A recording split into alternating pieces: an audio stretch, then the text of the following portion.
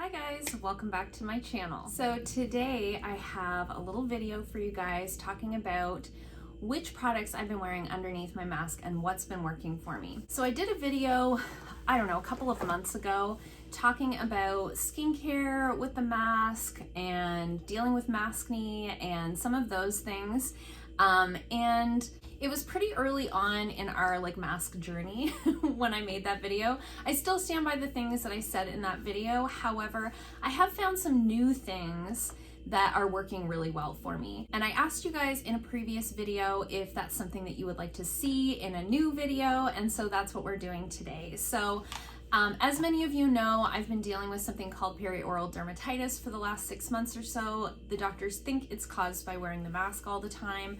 We're not 100% sure, still waiting to see the dermatologist, blah, blah, blah.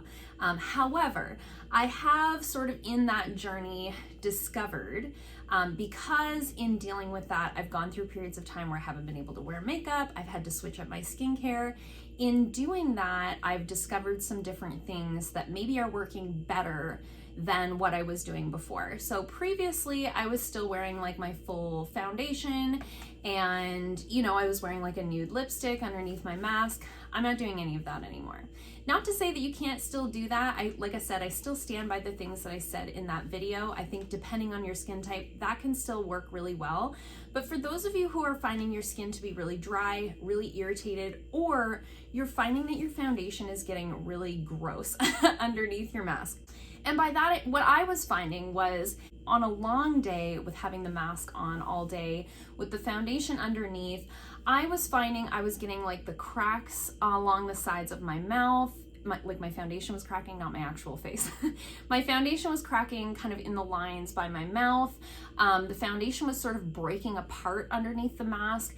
A, because my skin is oily, and B, because of your I know nobody likes this word, but because of your moist breath kind of being in the mask under there all day, it just kind of breaks the product apart. So if you're doing your regular foundation routine and you're finding that that's working great, then great. If you're not, these might be some tips that might help you out a little bit. So I did film a portion of me doing my makeup this morning so that I could show you guys as I'm talking about the products, kind of how I apply them. So I'm gonna overlay those on this video.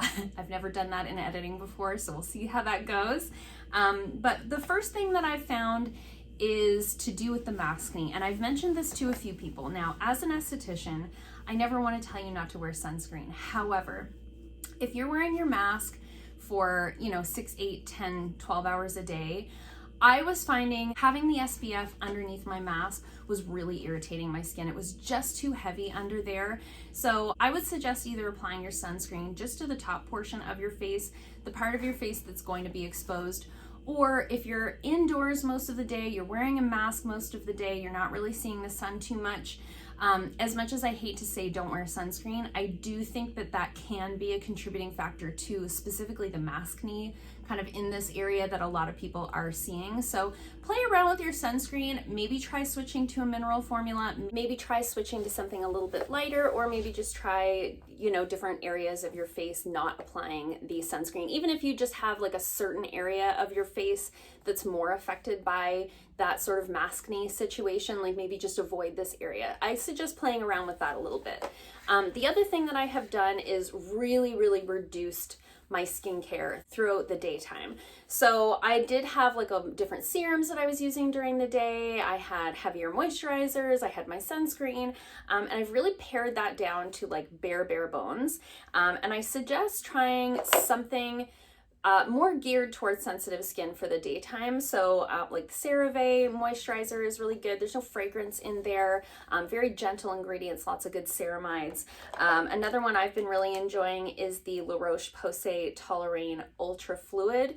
This is the one for combination to oily skin. They do have another one for dry, dehydrated skin type. So this is like something specifically for people who have reactive skin, people who have rosacea, people who have allergies. And I'm finding something like this underneath my mask is really, it's just very soothing. I think we need to kind of shift our focus from treating it like an acneic skin to treating it as a sensitized skin. I'm finding a lot more success with that. And in making that suggestion to other people, I've found other people are having a lot of success with that. So look at your moisturizer, maybe try switching to something a little bit more bare bones. Keep your exfoliators to nighttime, keep your like antioxidants maybe to nighttime if you can. As little as possible underneath the mask, I think, is the ticket. Some days I go in with a primer, some days I don't, but I am really sticking to like hydrating primers. I'm not using anything that's like pore filling or gripping or anything like that. I'm really sticking to more hydrating primers. Sometimes I'm not wearing a primer at all. Quite often I'm just going straight in with the next product that I'm going to talk to you about.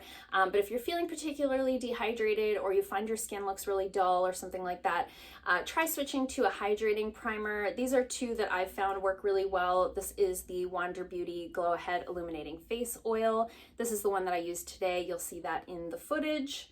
And the other one that I've been finding works really well is the Benefit Professional Hydrating Primer. This just kind of feels like a lotion on the face. And I just kind of apply these to the areas that I feel are a little bit more dehydrated. And then when it comes to foundation, so I've switched completely from using a foundation to using a BB cream. I think the lighter the better, and the less product you use the better. So you'll see in the footage I use a very small amount of this. This is the Pure Lease Perfect Glow BB cream. This does have a little bit of SPF in it, so if I'm wearing this, I'm not putting an SPF under it. I know I'm not getting the best sun protection out of this, but it's better than nothing, and I'm finding the less layers the better. So I go in with a tiny amount of this, and I'm finding that blending it in with my fingers is the best way. I get better coverage that way without having to use so much product, and I think that's what's making the biggest difference. So it's just a very light layer to just kind of even out that little bit of redness that I have, rather than really trying to go in with like a full coverage foundation or something like that. I just find that a little bit suffocating to the skin underneath the mask. So I'm really liking this. I got this in a BoxyCharm. I think any sort of tinted moisturizer or BB cream that feels very lightweight, I think would be a nice option. CoverGirl has their Skin Milk that I think is a really nice option. Tarte makes a really nice one. I talked about that in a recent empties video. Basically anything that's really lightweight, BB creams or tinted moisturizers. Watch for the CC creams because they tend to be a little bit thicker and a little bit more high coverage. Something like the IT Cosmetics CC cream basically is a full coverage foundation. That's really not what I'm driving at here. I'm driving at something that's like very light, very kind of nourishing to the skin, something that's going to kind of just feel like a moisturizer on your face. So I'm really liking that. And what I'm finding with all of these products combined that I'm going to talk to you about is A, less is best, and B, because I'm doing a lot of cream products, I'm doing these very light coverage products. So as the day goes on, and my makeup starts to kind of like rub off into the inside of my mask, I don't have like the patchiness that I was having before. It almost just wears away kind of naturally to a point where when I get home from work, it doesn't really look that different. It might be a little less coverage. You might not see as much bronzer, but I don't have like before when I was using powdered bronzers and my full coverage foundation and all the things, I was getting like streaks where the mask sits, and I'm really not getting that anymore. So I think less is best. Try to go for those cream products, try to go for those light coverage products, and use a light hand. So that kind of moves me into the next thing, which is concealer.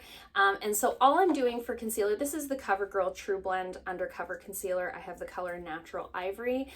Any concealer, it really doesn't matter. This just happens to be the one that I used today. And I'm literally just putting a dot under each eye and blending it out. And that's all I'm using for concealer. I'm not doing the triangle because your mask is gonna sit on top of that. I don't really have much to cover right now. If I did, I would maybe just cover the little bit of blemishes, but I think, again, less is best with your concealer. A little dot underneath the eyes to cover a little bit of that darkness is all you need. And then I go in and I really set the under eyes. So I really like this powder. You could use any powder that you like to set under your eyes. What I used today was the Pretty Vulgar, the Powder Room Matte About It powder. This is just a translucent powder, and I kind of pack that underneath the eyes. And that's the only area that I set like that. That's the only area that I really have to worry about creasing too badly. And because I have oily skin, my eye makeup has a tendency to want to like transfer down to my lower lash line. So I set under the eyes really well with this. And then I go in with my cream bronzer. So I think you could use any cream bronzer for this. I'm currently using the Milk Makeup one. This is the matte bronzer in Baked, and this is just their mini. Their big one is like ginormous. This is just the mini. I've had this for ages and I still have yet to like twist it up to get more product. So this lasts for a very long time, and I just take it on a brush and I apply it to the sides of my forehead and sort of this region of the face, the sides of the temples, the cheekbones, and sort of do a little bit of a bronzer moment with my bronzer. And I find with that cream bronzer, like I said before, I'm not getting the streaks as my mask sits on it all day. It kind of just soaks into my skin, and if it moves around, it just kind of wears away naturally, as I said. And then I go in with a cream blush. I have two that I'm really liking right now. This is the Milk Makeup Lip and Cheek Cream in Work. I got this as my Sephora birthday gift this year. This is the one that I used today. And the other one that I'm really liking is the Fenty Beauty, what is this called? Cheeks Out Freestyle Cream Blush in Petal Poppin'. Both of these are really nice options, and I just take those on like my ring finger and I just pat them in to my cheek and kind of back into the bronzer to blend everything together. And that's basically it. I haven't been going in with any highlighter. I have found the more highlighter I use, the more my skin just doesn't look natural. So I've kind of moved away from those blinding highlights for daytime for work. I also find my mask kind of sits on the area where I would normally apply highlighter. Same with like the tip of the nose. It's gonna wear off. I almost feel like why bother? And then once I've done my bronzer and my blush, then I go in and I very, very lightly set the face with a mineral powder. I think mineral powders are a really nice option for this, but you could certainly use your same powder that you use to set under your eyes. I like to go in with the mineral powder because mineral powder has a tendency to sort of sit on top of your skin and not really soak in. I find it does a nice job of setting these products down without sort of adding anything to the cakiness factor. I'm really trying to like get away from the cakey makeup. So this is the Physicians Formula Talc-Free Mineral Wear, and I just have the color Translucent Light. Any mineral powder would do, and like I said, you could certainly use your same under eye setting powder for this, but you can see in the video, I just use the tiniest amount to sort of set the forehead and the nose, and then I just blend it lightly over top of those cream products that I've put on my cheeks, just to set everything down and kind of lock it in without, again, like I said, making it look cakey. So that's what I've been doing. It's been working really well for me. I've been doing this for, I want to say about a month and a half, and I've been really loving it. It's been my go-to routine since I kind of found these products that work so well together and a routine that seems to work really well for me. I really haven't strayed into trying anything else. It's sort of like if it ain't broke, don't fix it, right? So I hope you found some of these suggestions helpful. Let me know in the comments below if you have found anything that works well for you. It's always nice when we can learn from each other, and I love to hear from you guys down below in the comments. If you like this video, give it a thumbs up. If you haven't already, please subscribe, and I'll see you guys soon in another video. Bye!